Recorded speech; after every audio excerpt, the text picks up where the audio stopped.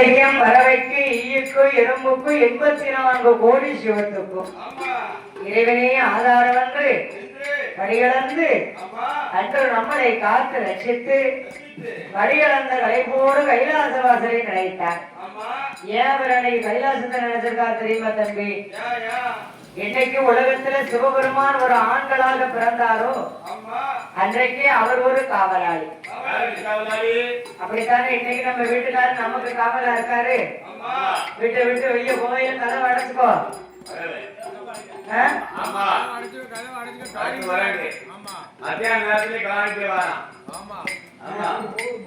மத்தியானம் போல கிளம்பி போய் வரணும். அப்படி ஒரு பையன் மத்தியானம் போல வந்து தப்பிச்சு போயா?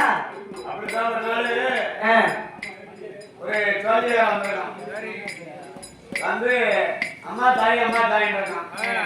அவ பரமா நினைச்சு கலா திறந்துட்டா. வெளியாட்டு கலா வீட்டுல அது இருக்கு அங்க இருக்கு போத இருக்குன்னு சொல்லி அவளை மயக்கி இயற்கையெல்லாம் வாங்கிட்டு போயிட்டான். பாத்தீங்களா? அதை போல ஆண்டவன் பகவான் உலகமெல்லாம் படிகளந்து நாமளை காத்து ரட்சித்து அப்படியே கைலாச வாசலை நினைத்தார். பார்வதா தேவி பகவான் எப்போ வருவார் என்று எதிர்பார்த்து இறைவனுக்கு என்ன ஓசரிக்கிறார் தெரியுமா? அவளோ படிகள் அந்த பகவான் எப்போ வருவார் என்று எதிர்பார்த்தா பார்வதி கடவுள் எப்போ வருவார் என்று பார்வதி எப்போ வருவார் என்று எப்போ சத்தியமா காத்திருக்க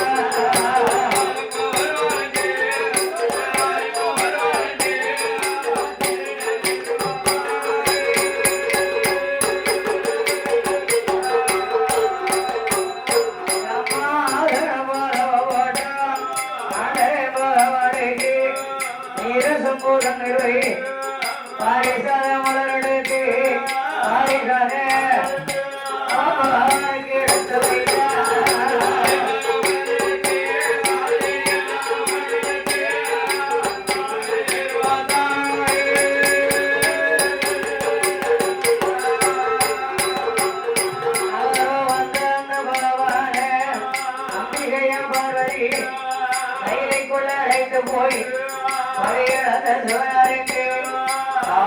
கொடுப்பா இலைகளந்த பகவானே இலைமாறி கொடுப்பார் உண்ணங்களை உண்ணும் கண்டு பார்வதியா அருள்களை சுவாமி என்றோ ஆதிசக்தி ஓட்டிருப்பார். ஆண்டவன் நவாரும் சாப்பிட்டு களைப்பாரி தாமுரங்கள் நாம் ஒன்று சொக்கட்டங்கள் மண்டபத்தில் சொக்கட்டங்கள்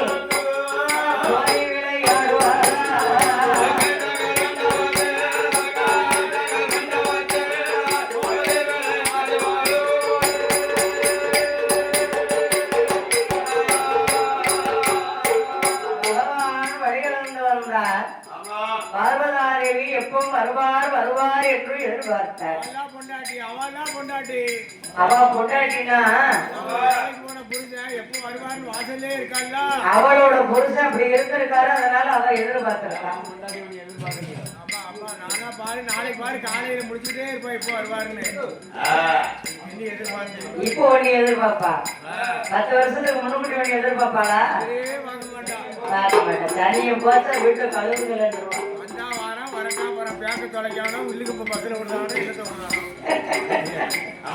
வருவான்பா. நாளா பத்திரம் வீடு சேர்ந்துருவோம். அதனால பாக்க படிகளந்த பகவான் கைலாச வாழ்களுக்கு வந்த உடனே பகவானுக்கு பாலோ பழமோ பஞ்சாமிர்தமோ ஏரோ தினமாவோ பிசைந்து கொடுத்தார்.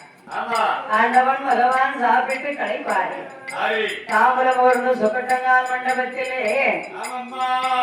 சத்தைய சிவனம் ஓடி சோழி ஓட்டாடுகிறார்கள். இந்த சிறப்பான நேரத்திலே கள்ளத்திகுளம் நகரத்திலே பொம்மையாவுடைய திருவாலயத்திலே பொம்ம மாடசுவாமி திருப்புகழை பாடுகின்ற பொழுது பாடும் கலைஞர்கள் நம்மளை பாராட்டி பரிசுகள் வழங்க வேண்டும் என்றோ சமையல் மாஸ்டர், சமையல் கான்ட்ராக்டர், சமையல் சக்கரவர்த்தி எஸ் சுந்தராஜ் அவர்கள். வெஜிடேரியன் நான் வெஜிடேரியன். ஆமா, சைவம் அசைவம். சைவம் வேணும்னாலும் அவியலும் பொரியலும் பச்சடி பாயாசம் அப்பளம் சாம்பார் ரசம் மோர் வடை எல்லாமே சமைச்சு கொடுப்பாப்ல. ஏ டு வரையில் இருந்து எஸ்எல் வரை சமைப்பார். நல்ல சிறந்த தபசு பிள்ளை பாருங்க. சாப்பாடுன்னு கேட்ட உடனே நம்ம இருக்க இடத்துல சாப்பாடை எடுத்துட்டு அவங்களே கொண்டு வந்துட்டாங்க பாத்தீங்களா? எந்த தபசு பிள்ளையாச்சும் அப்படி கொண்டு வர பாத்திருக்கீங்களா? அதான் ஒரு நிறைந்த பண்பாடு. 35 வருஷம் சர்வீஸ்ல யாரும் கொண்டு வந்து கொடுத்தது இல்ல. அண்ணா இல்ல இல்ல இல்ல, இவருதான் கொண்டு வந்திருக்காரு. பரவாயில்ல பரவாயில்ல. நமது அருமை சகோதரர் அண்ணா எஸ் சுந்தராஜ் அவர்கள் சமையல் கான்ட்ராக்டர், சைவம் அசைவம் கேட்டரிங் சர்வீஸ் எல்லாம் உங்ககிட்ட இருக்கு. நீங்க பெரிய பங்கன் வச்சா அவங்களுக்கும் அட்வான்ஸ் கொடுத்தா அவங்க மூலியத்துல பரிமாறுவதற்கு ஆட்களை அவங்களே கொண்டு வந்துருவாங்க. அப்படியா? ஆர்டர் சாப்பாடு செய்து தரப்படும். திருமலை கொழுந்துபுரம் மணக்காடு, நம்ம திருநெல்வேலி ஏரியா. மணக்காடிலே வாழ்வாங்கி வாழ்ந்து கொண்டிருக்கும் சமையல் சிறந்த சமையல் மாஸ்டர் சுந்தராஜ் அவருடைய கருத்தினாலே பாடுநாமலை பாராட்டி நாமளுக்கு 50 லட்சம் பொற்பொருளை அள்ளி பணம் கொடுத்து ஆதரித்துள்ளார்கள். அவரவர் குடும்பம் குலகோத்திரம் வலிவலிவமுகமல்ல, அவர் செய்யக்கூடிய தொழில்கள் அல்ல, உண்மையாவுடைய கருவை ராசியவெல்லாம் அழைத்து எப்படி வாழ வேண்டும் என்று தெரியுமா? வாழே வேணும் ஐயா, வாழே வேணும், வாழே வேணும் ஐயா, வாழே உண்மையாவோட அருளாலே போன போன நல்ல இடங்கள் எல்லாம் புகழாக வாழ்க, செய்யும் தொழில்கள் எல்லாம் விருத்தியாகி விருத்தியாகி இதை சிறந்து வாங்கி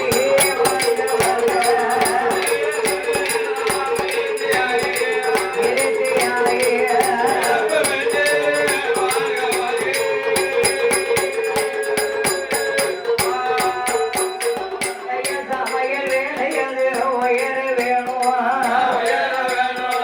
சந்தோஷமா என்னைக்கும் வாழ வேணும், வாழையடி நல்ல வாழையாக ஐயரே வாழையாக